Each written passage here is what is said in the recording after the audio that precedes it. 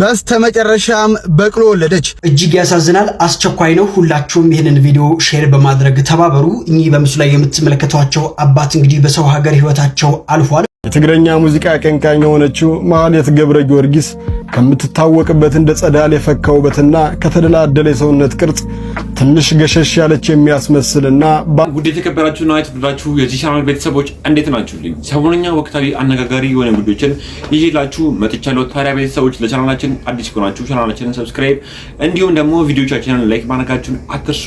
ወደ ቪዲዮቹ ቤተሰቦች የትግረኛ ሙዚቃ ተጫዋች የሆነችው ማህሌት ገብረ ጊዮርጊስ እጅግ በጣም በሚገርም ሁኔታ ትልቅ የሰውነት መቀየር ውስጥ እንደገባች እንዲሁም ደግሞ ትልቅ ህመም ውስጥ እንደገባች እጅግ በጣም ሰዎች እያወሩ ነበር። እንዲሁም ደግሞ ሰመረ ባሪያውም እጅግ በጣም በሚገርም ሁኔታ ያላቻ ጋብቻ የፈጸሙ አንድ አባት ላይ እጅግ በጣም ትልቅ ትችት እያደረሰ ነበረ። እስኪ ደግሞ የሰመረ ባሪያው ንግግር ሰምተን እንመለስ። ምንም አይነት ነገር አልናገርም እንደነገርኩ ታይቼ የማስበው ስለሷ ነው እና ድንገት ደግሞ በአንድ በኩል ደግሞ ስመረው እንዴ እኔም ፍቅር ሊይዘኝ ነው እንዴ ራሴንም እንዳይዘኝ በጣም ፈራ ነበር። የመጨረሻ ላይም በቃ አብረን እንደምንሆን ነበር ተስፋ ማደርገው ቁጭ ብዬ ሳስብ ምናምን ለሱ ለየት ያለውንም ለየት ያለ ስሜት በቃ ማጥፋት የማልችለው አይነት ስሜት ይሰማኛል። አቶ ተካልኝ ይባላል። የትራንስፖርት ዘርፍ ውስጥ ለዓመት አገልግያለሁ። እድሜ ደግሞ 50 ዓመት ነው። በትርፍ ጊዜ ልጆችን አመላለሳለሁ። ሚስት አለኝ። የ10 ዓመት ልጅ አለኝ። አሁን ከተፈተረ 10 ዓመት ሆኗል። ስሜ ሚሮን ይባላል። አሁን የ25 ዓመት ሴት ነኝ እና ከተካልኝ ጋር የተገናኘ ነው። ነበረ በዛ ሰዓት ነበር ከተካልኝ ጋር የተዋወቀ። ስታክ ክፍል ተማሪ ነበርኩኝ። ከዛ እድሜ ጀምሮ ነበር ተካልኝ ለኔ ሰርቪስ አገልግሎት የሚሰጠኝ እና ተካልኝ በጣም ጥሩ ሰው ነበረ። ሰርቪስ ጧጧት ጊዜ ከረሜላ ምናምን ይዞልኝ ይመጣ ነበረ። ያጫውተኛል ምናምን። ያው እሷም እንዳለችው ያ ቤተሰቦች ኃላፊነቱና ወደ ትምህርት ቤቷ እንትንስ ወደዛ ነው ድረስ የነበረው ሂደት እንደዛ ነው። ከ10 ዓመት ቢሆን ነው። እኔ ደግሞ ያው በሹፍርና ደረጃ ውስጥ ዋናውን ከመስራቴ ቀጥሎ የሷን ነበረ በሷ አማካኝነትም ነበረ ተማሪዎችን ማድረስ የጀመርኩት። ያው እሷን እንደምትለው ሁኔታውን ሳያት ከሌሎቹ ልጆች ደግሞ የተሻለች ነች። ያው ቤተሰቦቿ ከቀጠሩ ጀምሮ ኃላፊነቱን ሰጥቶኛል። እንዴት ቤተሰቦቿ ታዲያ ኃላፊነቱን የሰጡት እንዲያደርሷት እኮ ነው። ትምህርት ቤት ከረሜላ ገዝተው እያጫወቱ እንዴ! አሁን ይሄ የምር ከሆነ ነውረኛ ሰው ነው ትርሶ። እንዴ ምን አይነት ቤተሰብ እንዳሉት አላውቅም። የ10 ዓመት ልጅ አደራ የተሰጠው ሽማግሌ ትራንስፖርት አመላላሽ ሰው እኮ በአደራ ልጅቷን እንትን ይላል እንጂ እንዴት ድራማም ከሆነ ነውረኛ ናቸው የዚህ ፕሮዲዩሰሮች። ድራማ ይመስለኛል መቼም እርሶን የሚያክል ሰው በኢትዮጵያ ማህበረሰብ ውስጥ መጥቶ የ10 ዓመት ልጅ አፍቅሬ አሳድጌ ምናምን የሚል አይመስለኝም ጭራሽ። አንቺ እጅግ ነውረኛ ነሽ። በቃ የመጨረሻ እንዴ ተካልኝ ሲባል ታያለሽ። ጋሽ ተካልኝ ሲባሉ እኮ ነው የሚባለው እኮ እንዴት ነው ነገሩ? ከአያት ጋር ጋሽ በይ ወዴት ነው? ፍቅር ሌላ ነው፣ አክብሮት ሌላ ነው። እንደ ድሮ እናት ወይ ጋሽ አንቱ በይ በቃ ምንም ደስ አላልሽኝም። እርሶ ግን እንዴ ልቻደ ሚስታለኝ አንዳንዴ ፍቅር ይዞት ካሳደጓት ልጅ አይደል እንዴ? እንትን እኮ አለው ቼን የሆነ ነገር እኮ አለ እምነት ቼን ምናምን ይባላል እኮ።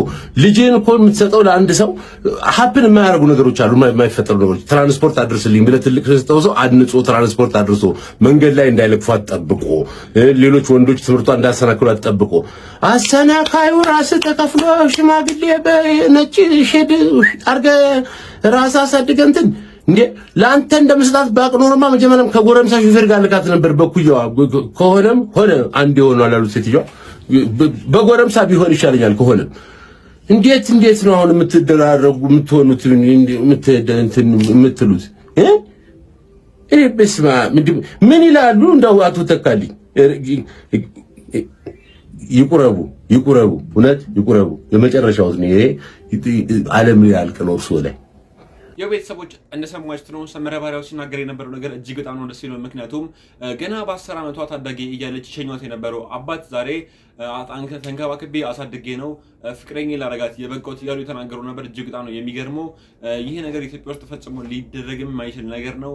ሲቀጥል ደግሞ ቅድም ሲናገርበት የነበረው ነገር እጅግ በጣም ነበር ደስ የሚለው። ምክንያቱም ያላቻ ጋብቻ ኢትዮጵያ ውስጥ መቆም እንዳለበት ስንማር የኖርንበት ባህላችን ነው። ታዲያ ቤተሰቦች እናንተስ ይሄን ንግግር እንዴት አገኛችሁት? ሀሳባችሁ ኮሜንት ላይ አስቀምጥ ማሰማችሁ መረጃ ምንድነው እጅግ በጣም በሚገርም ሁኔታ ሰሞኑን አስደንጋጭ የሆነ ቫይረስ ኢትዮጵያ ውስጥ እንደተከሰተ ሁላችሁም ታውቃላችሁ። ታዲያ እጅግ በጣም ትልቅ ጥንቃቄ ማድረግ አለብን እየተባለ ነበር። በሽታው በጣም በሚገርምና በፈጣን ሁኔታ ለብዙ ሰዎች እየተዛመደ ነው።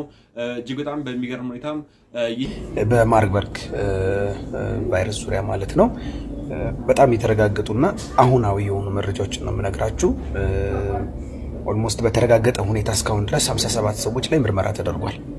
ምርመራ የሚደረገው ፒሲአር የሚባል ቴስት ነው። ፖሊመሬዝ ቼን ሪአክሽን ይባላል። ይሄ በጣም ውድ የሚባል ምርመራ ነው። በጣም ከፍተኛ ላቦራቶሪ አቅም ይጠይቃል። እንዲሁ ዝም ብሎ ቴስት የሚደረግ ነገር አይደለም። ጤና ሚኒስቴርና ህብረተሰብ ጤና ኢንስቲትዩት ናቸው ይሄን የሚያደርጉት። በዚህ መሰረት 57 ሰው ላቦራቶሪ ምርመራ ተደርጓል። ባይዘው በጣም ውድ የሆነ ምርመራ ነው። ውድ ማለት ነው። እስካሁን ባለኝ መረጃ ሁሉም በነፃ ነው ምርመራዎቹ የሚደረጉት፣ በመንግስት ሙሉ ወጪ ተሸፍኖ ማለት ነው። ይሄ ምርመራ ተደርጎ 10 ሰው ተገኝቶበታል ከ57ቱ ማለት ነው። ከዛ ውስጥ 5ቱ ያው በዚሁ ጋር በተያያዘ ህይወታቸው አልፏል ማለት ነው። ባለፈው ጤና ሚኒስቴር ጅንካ ላይ 6 ነበር የተባለው፣ 3ቱ አልተረጋገጠም ህይወታቸው አልፏል። ግን ከዳይሬክትሊ በዚህ ቫይረስ ምክንያት ነው የሚለው ነገር አልተረጋገጠም። ስለዚህ በተረጋገጠ መልኩ 3 ናቸው። ከዛ በኋላ 2 ሰዎች ተጨማሪ ህይወታቸውን አጥተዋል ማለት ነው። 5 ቀሪ ሰዎች አሉ። እነሱ በቫይረሱ እንደተያዙ ተረጋግጦ ነገር ግን ሕክምና ላይ ያሉ ናቸው ማለት ነው። እስካሁን ያገገመና 100% ከችግሩ የዳነ ሰው በሪፖርት ደረጃ የለም። እንዳጠቃላይ ግን እንደ ማህበረሰብ ምን መደረግ አለበት የሚለውን እነግራችኋለሁ።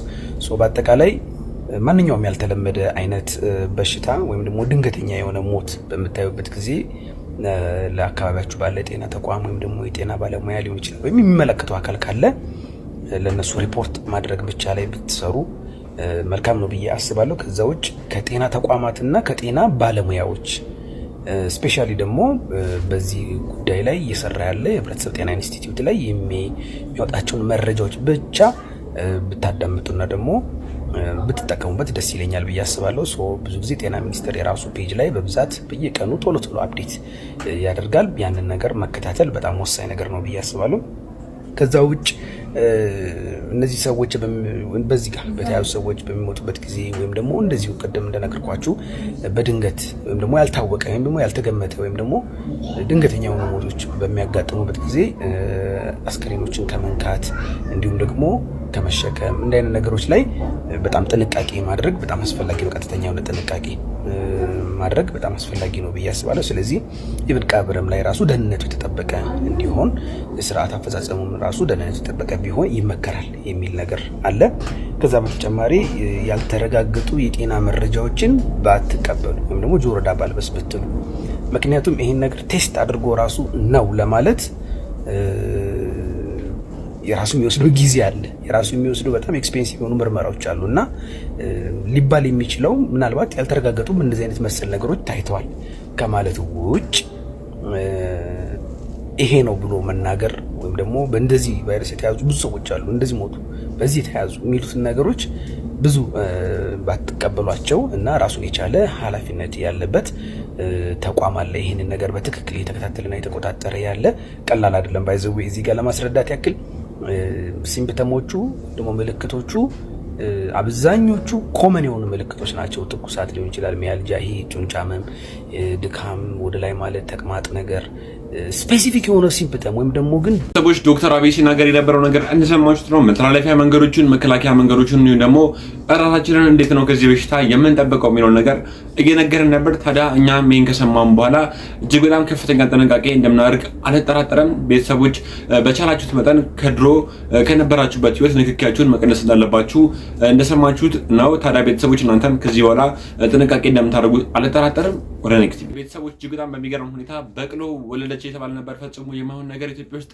ተከሰተ እየተባለ ነበር። እስኪ ደግሞ ይሄ ቪዲዮንም ሰምተከመ በስተመጨረሻም በቅሎ ወለደች።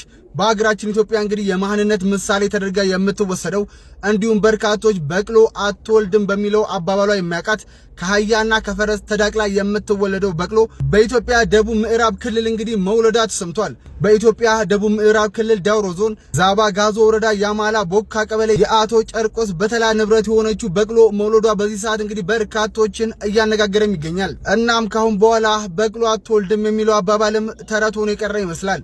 ስለዚህ ጉዳይ ምን ሐሳብ አላችሁ? ሐሳባችሁን ኮሜንት ላይ ጻፉልን። ፎሎ ማድረግ እንዳይረሳ። እንደሰማችሁት ነው ከዚህ በኋላ በቅሎ አትወልድም የሚለው ተረት ሊቀር ነው እየተባለ ነው። ይህ ነገር እጅግ በጣም ብዙ ሰዎችን ሲያነጋገር የነበረ ጉዳይ ነው። ታዲያ እናንተስ በዚህ ጉዳይ ላይ ምን አይነት ሐሳብ አላችሁ? ሐሳባችሁ ኮሜንት ላይ አስቀምጡ። እጅግ በጣም ደስ በሚል ሁኔታ የ10 ዓመት ታዳጊውን አስገድዶ ደፍሮ እንዲሁም ደግሞ የገደለው ወንጀለኛ እጅግ በጣም በሚገርም ሁኔታ ኢትዮጵያ ውስጥ ታይቶ በማይታወቅ መልኩ የሞት ፍርድ ተፈረደበት እየተባለ ነበር። እጅግ በጣም ብዙ ሰዎችም ይህ ነገር ትክክለኛ አግባብ ያለው ፍርድ ነው ብለው ሐሳባቸውን አሽታቸውን እያሰጡ ነበር። እስኪ ደግሞ ይህ ቪዲዮም ሰምተን አሁን የተሰማ ሰበር ዜና አለ። በአርባ ምንጭ በ10 ዓመት ሕፃን ላይ አሰቃቂ ግድያ የፈጸመው ግለሰብ በሞት እንዲቀጣ ተወስኗል። መምህርና ተከሳሽ የሆነው ወርቅነህ አሰፋ የገዛ ተማሪውን አግቶ ከቤተሰብ ገንዘብ ለመቀበል በማሰብ ታዳጊውን ወደ ቤቱ በመውሰድ አፍና አፍንጫውን በማፈንና በጭካኔ በመደብደብ ሕይወቱ እንዲያልፍ አድርጓል። ድርጊቱን ለመደበቅም የሟችን አስክሬን መጸዳጃ ቤት ውስጥ በመክተት ከከተማ ለመሰወር ሲሞክር ህብረተሰቡና በፖሊስ ትብብር መያዙ ይታወሳል። ጋሞ ዞን ከፍተኛ ፍርድ ቤት የቀረበውን የሰውና የሰነድ ማስረጃ መርምሮ እንዲሁም ተከሳሹ የሚከላከልበት ማስረጃ የለኝም ማለቱን ተከትሎ በዛሬው ዕለት ወንጀለኛው በሞት እንዲቀጣ ወስኖበታል። ይህ ነገር እጅግ በጣም እኔ የምስማማበት ሐሳብ ነው። ምክንያቱም ብዙ ሰዎች ይህን ድርጊት በድጋሚ እንዳይፈጽሙት ያደርጋቸዋል ብዬ አስባለሁ። ታዲያ እናንተስ ይህን ፍርድ ከሰማችሁ በኋላ ምን አይነት ሐሳብና ምን አይነት አስተያየት አላችሁ? ሐሳባችሁን ኮሜንት ላይ አስቀምጡ። ድንግል ማርያም ተገልጠችልኝ እያለ ነበር አንድ ወንድማችን እጅግ በጣም በሚገርም ሁኔታ እጅግ በጣም ድንቅ ተአምሮችን እያወራ ነበር። እስኪ ደግሞ የወንድማችን ንግግርም ሰምተን ነበር። እዛ ደርሰው ገዳሙ ጋር ተሳልሞ ሲመለሱ 3 ሽማግሌዎች ከኋላቸው እማሆይ ፈልገንሽ ነው ብለው ጠሯቸው። ደንግጬ ዞር አልኩኝ አሉ። ሽማግሌዎች ናቸው። እናታችን እቺን ስዕለ ማርያም ከሶሪያ ሀገር ነው ይዘን የመጣ ነው ለሷ ስጡ ተብለን ነውና ቢቀበሉን አሉ። እመቤቴን አምላኬን እናት እቀበላለሁ እንጂ ብለው 2 እጃቸውን ዘርግተው ተቀብለው ይሳለሟትና ቀና ሲሉ እነዛ 3 ሰዎች ይጠፋሉ። በጣም ደነግጥኩኝ አሉ። በጣም የእመቤታችን ስዕል አንደበት አውጥታ ተናገረች። አንደበት አውጥታ አይዞሽ አትፍሪ እኔ ካንቺ ጋር ነኝ። ያቺን ስዕለ ማርያም አንገታቸው ላይ አድርገው ተመልሰው ወደ ዝቋላ ገቡ። በቃ አዎ በዛ መሃል ብዙ ነገሮችን ስዕሏ አንደበት እያወጣች ታነጋግራቸዋለች። አንደበት እያወጣች ባርካ የሰጠቻቸው መቁጠሪያ አለ። አገኘናቸው። እሳቸውን እዛ ሄደን ብዙ ነገር አጫወቱን።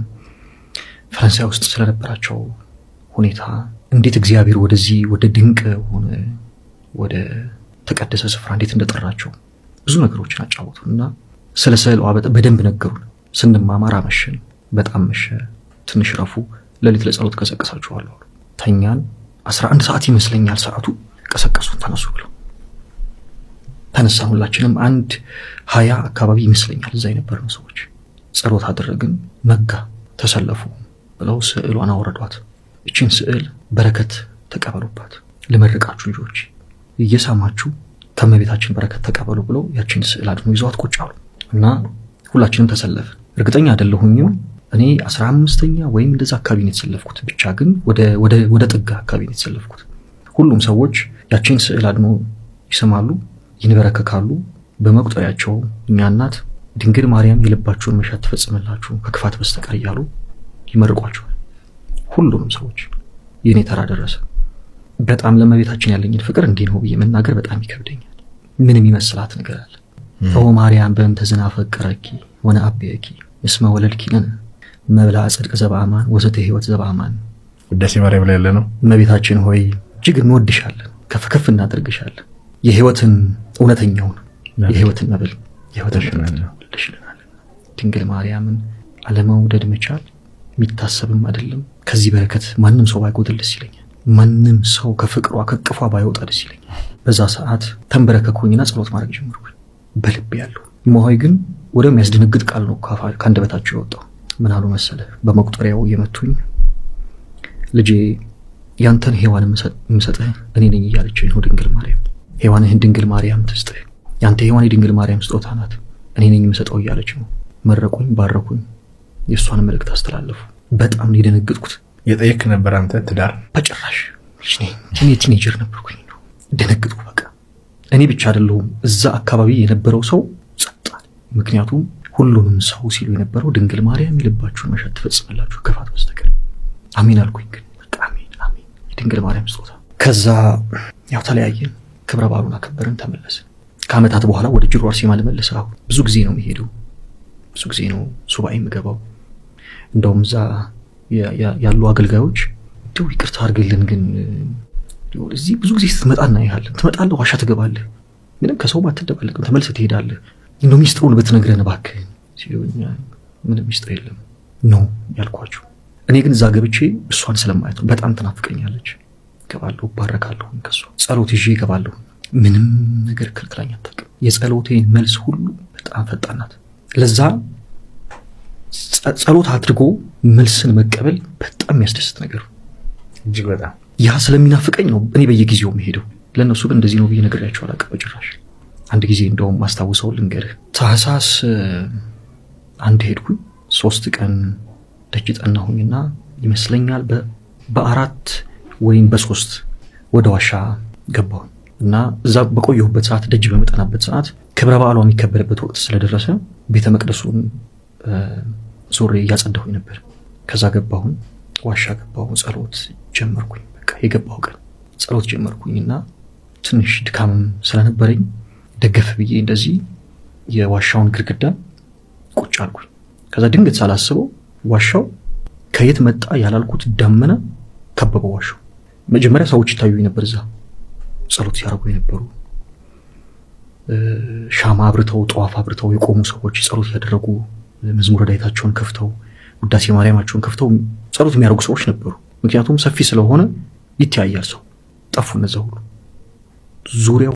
የቤተሰቦች እንደሰማችሁት እንደተመለከታችሁት ነው እጅግ በጣም ደስ የሚል አስገራሚ የህይወት ታሪኩን እያካፈለ ነበር። ታዲያ ቤተሰቦች እናንተስ ይሄን ከሰማችሁ በኋላ ደጇን ለመርገጥ አልጓጓችሁም ወይ? ሀሳባችሁን ኮሜንት ላይ በድጋሜ ልጠይቃችሁ። እና ደግሞ ቤተሰቦች ሳምንቱን ሲያነጋገሩ ከነበሩ መረጃዎች መካከል ቲክቶከሩ አሮናይ ከሰይፉ ፋንታሁን ጋር እጅግ በጣም ትልቅ ሰጣ ገባ ውስጥ እንደገባ ሁላችሁም እንደሰማችሁት ነበር። ታዲያ እኔ ከሰይፉ ፋንታሁን ጋር ጫማ መለካካበት ቦታ ላይ አልደረስኩም፣ ከሱ ጋር ምንም አይነት ነገርም የለብኝም ብሎ አሮናይ እጅግ በጣም ደስ የሚል ነገሮችን ስለ ሰይፉ ያለው አክብሮት የተናገረ ነበር። እስኪ ካንደበት የተናገረው ነገር ሰምተን ነበር። ሰይፉ ጋር ጫማ መለካካት ወይ መወዳደር ፍላጎት የለኝም እኔ።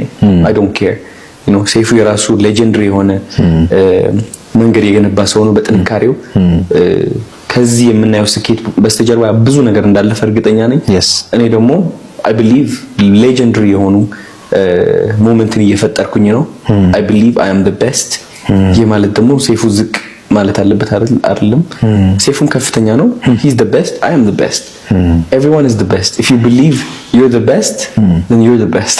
ባረለ በቃ that's my mindset አሁን። እና ጫማ መለካካት አይደለም ከማንም ጋር። እኔ ጫማ መለካካው ከራሴ ጋርና ከትናንትናው ማንነት ጋር የበለጠ ከፍ ለማለት ነው እንጂ የተሳሳተ ከሆነ ያየሁበት አንግል I'm sorry ይቅርታ ጠይቃለሁ። ግን የተሰማኝን ነገር ብዙ ሰውም የተሰማው ነገር ተገንዝቤ የተናገርኩት ነገር ነው። ስድብ አልመጣበትም፣ ስድብ አልሳደብኩም፣ አላወዳደቅኩኝም። በክብር በሪስፔክት ነው ለማሳየትና ለማስረዳት የሞከርኩት። ምንም ንቀት የለውም። አሁን ብዙ ሰው እንደዛ ይመስለዋል። ሰይፉ እኮ እንደዚህ ለብዙ አመታት እንትን ሲያደርግ የነበረ ሰው ነው። አንተ እንዴት ብለህ ነው አሁን የመጣኸው እንደዛ የምታደርገው ምናምን። አሁን ችግሩ ሰው ህዝቡ ምንድነው መሰለህ አንድ ሰውን ከፍ ለማድረግ አንድ ሰውን ዝቅ ያደርጋል። because እያንዳንዳችን እንደዛ ስለምናስብ ነው። ውድድር ላይ ከሆንክ ባይዘው በህይወትህ አሁን ጎረቤትህ ዝቅ ለማድረግ ራስን ከፍ የምታደርግ ከሆነ አታሸንፍም። ባይዘው በምን ታምር ባለማዊ ነገር ያሸነፍክ ልትመስል ትችላለህ። ነበር መንገድ እጅግ በጣም ነበር ደስ ይለው። ምክንያቱም ሰይፉ እጅግ በጣም ትላልቅ ሰዎችን የሰራ የሶሻል ሚዲያ ባለሙያ ነው። የከበረበት መንገድ ነው ደግሞ ስለዚህ ፋንታሁን የተናገረበት መንገድ እጅግ በጣም ነበር ደስ ይል ነው። ታዲያ ቤተሰቦች የአሮናይን ነገር እንዴት አገኛችሁት? ባለሀብቷ በረከት ገበሬዋ ታሰረች የተባለ ነበር። እስኪ ደግሞ ይሄን መረጃም ሰምተን ነበር። በረከት ገበሬዋ መታሰር በዋሽንግተን ዲሲ የሚገኙት አምባሳደር ማብራሪያ ጠየቁም። በኢትዮጵያ በቁጥጥር ስር ስለዋሉት ታዋቂ የማህበረሰብ አባል ወይዘሮ በረከት ገበሬዋ ሁኔታ በዋሽንግተን ዲሲ የሚገኘው የኢትዮጵያ ኤምባሲ ይፋዊ መግለጫ እንዲሰጥ መጠየቁን አስታወቀ። ትብብሩ ለኢትዮጵያ አምባሳደር ብናልፍ አንዱዓለም በላከው ይፋዊ ደብዳቤ በኢትዮጵያም ሆነ በዲያስፖራ የሚገኙ በርካታ ግለሰቦችና ድርጅቶች በወይዘሮ በረከት ደህንነትና ህጋዊ ሁኔታ ላይ ጥልቅ ስጋት እንዳደረባቸው ገልጸዋል። ደብዳቤው ወይዘሮ በረከት ገበሬዋ በኢትዮጵያ ውስጥ በጣም የተከበሩና ተደማጭነት ያላቸው የማህበረሰብ አባል መሆናቸውን ያብራራል። የኢትዮጵያ ነጋዴ ሴቶች ማህበር ፕሬዝዳንት በስራ ፈጣሪነትና በማህበረሰብ መሪነት ይታወቃሉ። እንዲሁም ወላጅ አልባና ተጋላጭ ህጻናትን በበጎ ፈቃደኝነት በመደገፍና ለሴቶች ኢኮኖሚ አቅም ግንባታ ከፍተኛ አስተዋጽኦ ያበረከቱ መሆናቸውን በደብዳቤው ላይ ገልጸዋል። በመሆኑም የዲያስፖራ ትብብሩ ኤምባሲው ስለ ወይዘሮ በረከት ሁኔታ ግልጽነት እንዲፈጥርና በሚከተሉት ጉዳዮች ላይ ማብራሪያ እንዲሰጥ ጠይቋል። ለእስር የተዳረጉበት ዋነኛ ምክንያት የአሁኑ ሰዓት ህጋዊነታቸውና ደህንነታቸው በጉዳዩ ላይ የተካሄደ ያለ ማንኛውም ቀጣይ ምርመራ ወይም ሂደት የዲያስፖራ ማህበረሰብ እንዴት በአግባቡ ለሄዳቸው ወይም ህጋዊ ድጋፍ ሊያደርግ እንደሚችል የሚገልጽ መረጃ እንዲሰጣቸው ጠይቋል። የቡድኑ መግለጫ ይህን ጥያቄ ያቀረበው ሁኔታዋን ለመርዳትና መብቶቿ እንዲሁም ደህንነቷ እንዲጠበቅ ለማድረግ ያለመ መሆኑን አስምሮበታል። ትብብሩ ከኤምባሲው ወቅታዊ ምላሽ እንደሚጠብቅ የገለጸ ሲሆን ይህ ዜና እስከታለፈበት ጊዜ ድረስ ግን ምላሽ አይሰጣቸው ዘሀበሻ ለማረጋገጥ አልቻለም። መረጃውን እንደሰማችሁት ነው። እጅግ በጣም ባለሀብቷ በረከት ገበሬዋ በአሜሪካ ሀገር መታሰሯ የተነገረ ነበር። ታዲያ ቤተሰቦች ይህን መረጃ ሲሰሙ ምን የተሰማችሁ ሀሳባችሁን ኮሜንት ላይ አስቀምጡ። ማሳርማችሁ መረጃ ምንድነው? እጅግ በጣም በሚያሳዝን ሁኔታ የቤተ ክርስቲያን ካህን የቤተ ክርስቲያን አባት የሆኑት አባታችንን ከሞቱ በኋላ ቤተሰቦቻቸው አግኝቷቸው ሊቀብሯቸው አልቻሉም። ይህንን አባታችንን የምታውቋቸው ሰዎች ካላችሁ ቤተሰቦቻቸው መጥተው እንዲቀብሯቸው አድርጉ ተብሎ ቀባሪ እንዳጡ የተነገረ ነበር። እስኪ ደግሞ ይሄን ቪዲዮም ሰምተን ነበር። እጅግ ያሳዝናል። አስቸኳይ ነው። ሁላችሁም ይህንን ቪዲዮ ሼር በማድረግ ተባበሩ። እኚህ በምስሉ ላይ የምትመለከቷቸው አባት እንግዲህ በሰው ሀገር ህይወታቸው አልፏል። ቤተሰቦቻቸው ግን ማግኘት እንዳልተቻለ ነው የተገለጸው። በግብጽ ካይሮ ከተማ በቅርቡ እንግዲህ ወደዛ ሄደው የነበሩት አባታችን አባ ገብረስላሴ መለሰም በስኳርና እንዲሁም ደግሞ በደም ግፊት በጠና ታመው በሆስፒታል ለ3 ቀናት ክትትል ሲደረግላቸው ቆይተው ነበረ። ትናንትና ደግሞ ህይወታቸው ማለፉ ተሰምቷል። አባታችን እንግዲህ ካረፉ በኋላ ቤተሰቦቻቸው እንዲሁም ደግሞ ዘመዶቻቸው ወይም የቅርብ ወዳጆቻቸው ማግኘት ግን አልተቻለም። የሟች አባታችንን ቤተሰብ ወይም ዘመድ የቅርብ ወዳጅ የምታውቁ ኢትዮጵያውያን በሙሉ እባካችሁ አፋልጉን ተብላችኋል። ይህንን መልእክት ታዲያ ሼር በማድረግ በአፋጣኝ ቤተሰቦቻቸው እንዲገኝ እናንተም የበኩላችሁን እንድትወጡ በትህትና እንጠይቃችኋለን። አባታችን ነፍስ ይማርልን። እጅግ በጣም ነው የሚያሳዝነው። ምክንያቱም እባካችሁን እኚህን አባታችንን ቤተሰቦችን አፋልጉን እየተባለ ነበር። ቤተሰቦች ታዲያ እናንተስ መረጃ ከሰማችሁ በኋላ ምን አይነት ተሰማችሁ? ሀሳባችሁን ኮሜንት ላይ አስቀምጡ። ሌላ ደግሞ ማሰማችሁ መረጃ ምንድነው? ቤተሰቦች ኢቢኤስ ቲቪ ላይ እጅግ በጣም ደስ የሚል ታሪክ አንድ ወንድማችን እያካፈለ ነበር። እሱ መረጃ ምንድነው? በሶሻል ሚዲያ ላይ ሲጫወት ነው የምታውቁኝ፣ ግን በትክክለኛ ህይወት ላይ ታክሲ እንኳን መሳፈሪያ አጥቼ ብዙ ጊዜ በእግሬ እሄድ ነበር። ብዙ ነገር ተጽዕኖ የፈጠረብኝ ሶሻል ሚዲያ ላይ ብሎ ስለ ሶሻል ሚዲያ መጥፎነትም እንዲሁም ደግሞ ጥሩ ባህሪዎችንም የተናገረ ነበር። እስኪ ደግሞ የወንድማችን ንግግር ሰምተን ነበር። እውቅና ስራዬን አሳጣኝ። ገንዘብ በሌለኝ ሰዓት ሚስቴ ታማ ሆስፒታል ገባች። የትራንስፖርት እንኳን አልነበረኝም። ለኔ ከባዱ ጊዜ ያ ነበር። ይሉንታን በድራማ መልክ የሚያቀርበው የተንኮሱ ወይም መገርሳ ንግግር ነው። አዲስ አበባ እንደመጣው ህይወቴ ይለወጣል ብዬ ያሰብኩትን ሁሉ ስራ ሞክር ነበር። ሯጮችን ሳይ እንደነሱ ለመሆን እሞክራለሁ፣ አልሆን ይለኛል። ዶሮ አርቢዎችንም ሳይ ዶሮ አርቢ ለመሆን እሞክራለሁ። እንዲያ እያልኩ ግን ብዙ ስራዎችን ሞክሬያለሁ፣ ግን አልሆነልኝም። አንድ ጊዜ ስራ አጥቼ በተቀመጥኩበት ጊዜ የተዋወቅኩት ሰው የቧንቧን ሙያ ረዳት አድርጎ አስተማረኝ። እኔም ለምጄ በራሴ መንቀሳቀስ ጀመርኩ። ጥሩ ገንዘብ ስራ ነበር። ከእርሱ ጎን ለጎን ወደ ሶሻል ሚዲያ መጣው፣ መታወቅም ጀመርኩ። ያን ጊዜ ሰዎች እኔ መስራት የምችል አልመስላላቸው፣ እየቀለድኩ ይመስላቸዋል። ስራም ገንዘብም በእውቅናዬ ምክንያት ባዶ ሆነ። የታክሲ እስከ ማጣት መቸገር ጀመርኩ። በዛን ጊዜ ሚስቴ ታማ ሆስፒታል ገባች። ያኔ ለኔ ከባዱ ጊዜ ነበር። ብቻ ፈጣሪ ይመስገን ክፉ ጊዜ አልፎ አሁን ጥሩ ላይ ነን ይላል። የማያልፍ ክፉ ቀን የለም፣ ሁሉም ችግር የሚታለፍ ነው። በብልሃት እንኑር። የቤተሰቦች መረጃውን እንደሰማችሁት ነው። ብዙ ጊዜ ታላልቅ ታዋቂ የሆኑ ሰዎች በህይወታቸው ስኬታማ እንዲሁ ደግሞ የሌላቸው ሁሉ ነገር የሞላላቸው ሊመስሉ ይችላሉ። ግን ይሄ ነገር ፈጽሞ እንዳልሆነ በህይወታቸው ውስጥም የተለያዩ ቻሌንጆችን የሚያጋጥማቸው ይሄ ወንድማችን እየተናገረ ነበር። ለወጣቶችም ይጠቅማል ብዬ ነው ይሄን ነገር ያመጣሁት። ምክንያቱም እጅግ በጣም ትልቅ ችግር ውስጥ ገብቶ ነበር። አሁን ላይ ግን ያን ችግሩን እንደተወጣው የተናገረ ነበር። እስኪ ደግሞ ሌላ ደግሞ እጅግ በጣም ደስ የሚል ፕሮግራም ኢቢኤስ ቲቪ ላይ የሚዘጋጅላችሁ ታውቃላችሁ። የጠፉ ቤተሰቦችን የሚያፈልጉበት ፕሮግራም እጅግ በጣም ብዙ ሰዎች ነው የሚወዱት። እስኪ ደግሞ አንድ እጅግ በጣም ደስ የሚል ቪዲዮ አይተን ነበር። ስንታየው ኤፍሬም ወይ የስንታየው ወይም የኤፍሬም ኃይለ ሚካኤል ናሙና የላብራቶሪ መለያ ቁጥር አለ። የአይን ዓለም ሰፊው ናሙና የላብራቶሪ መለያ ቁጥር አለ። የተጠየቀው ምርመራ አይን ዓለም ሰፊው የስንታየው ወይም የኤፍሬም ኃይለ ሚካኤል እህት ወይም ባዮሎጂካል ሰብሊንግ መሆን አለመሆኗን እንዲረጋገጥ ተጠይቋል። የምርመራ ውጤት እንዳልኳችሁ ብዙ ዝርዝር ነገር ስላለው እሱን ትተን ነው። ወደ ምርመራ ውጤቱ እናልፋለን። ዝግጁ ናችሁ? ኤፍሬም ዝግጁ ነህ ውጤት ለመስማት? እሺ አይናለም መልካም። የምርመራ ውጤት ከላይ በተጠቀሰው ምርመራ መሰረት ከአይናለም ሰፊው የተወሰደው ዲኤንኤ ወይም ዘረመል ከስንታየው ወይም ኤፍሬም ኃይለ ሚካኤል ከተወሰደው ዲኤንኤ ወይም ዘረመል ጋር ተመሳክሮ አይናለም ሰፊው የስንታየው ወይም ይሁን ተመለከታችሁ ነው ቤተሰቦች የተለያዩ ቤተሰቦች ተፋፍተው ሲገናኙ እጅግ በጣም ትልቅ ስሜት ነው የሚፈጠረው። እጅግ በጣም ብዙ ሰዎችም ይሄን ፕሮግራም ይወዱታል። እኔ ለእናንተ ይሄን ቪዲዮ ይዤላችሁ መጥቼ ነበር። በስተመጨረሻም ማሰማችሁ ቪዲዮ እንደው ቤተሰቦች የትግረኛ ሙዚቃ ተጫዋች ሆነች ማህሌት ገብረ ጊዮርጊስ እጅግ በጣም ትልቅ ህመም ውስጥ እንደገባች ነው ደግሞ ትልቅ የሆነ የሰውነት መቀየር እንዳጋጠማት ሰሞኑን እጅግ በጣም ትላልቅ የሶሻል ሚዲያዎች ላይ እየተላለፈ ነበር። እስኪ ደግሞ ይሄ ቪዲዮም ሰምተን እንመለስ። ተጋዳ ላይ በሚለው ሙዚቃው ምናቃት የትግርኛ ዘፋኝ ማህሌት ገብረ ጊዮርጊስ አሁን ላይ በጥሩ ላይ እንደማትገኝ እንግዲህ በተለያዩ ሶሻል ሚዲያዎች ላይ ሰምታችኋል። ታዲያ ይህንን ማስመልክቶ ምላሽ ሰጥታለች። እንደሚታወቀው እንግዲህ ተጋዳ ላይ በሚለው ሙዚቃውና ሌሎችም በርካታ ሙዚቃዎች ማለት ነው በማበርከት እጅግ ተወዳጅ የትግርኛ ሙዚቃ አቀንቃኝ ነች። ታዲያ አሁናዊ ሁኔታዋን አስመልክቶ ምላሽም ሰጥታለች። አሁን በጣም በጥሩ ጤንነት ላይ ይገኛለሁ፣ ስለኔ ጤንነት ግን ተጨንቃችሁ ለጠየቃችሁኝ በሙሉ እጅግ ከልብ አመሰግናለሁ ስትልም እንግዲህ ምላሿን ሰጥታለች። ከላይ የምትመለከቱት ፎቶ እንግዲህ አሁን ላይ ማለት ነው በተለያዩ ሶሻል ሚዲያዎች ፌስቡክ፣ እንዲሁም ደግሞ ቲክቶክ ላይ ሲዘዋወር ነበር። ታዲያ ይህንን ማስመልክቶ ምላሹን የሰጠችው አሁን በጥሩ ጤንነት ላይ ይገኛለሁ፣ ለጠይቃችሁ በሙሉ ግን አመሰግናለሁ ብላለች። እንደሰማችሁት ነው ቤተሰቦች የገባችበት በሽታም ካለ እግዚአብሔር ይማራት። እጅግ በጣም ብዙ ሰዎችም ሀሳባቸውና አስተያየታቸውን እየሰጡ ነበረ።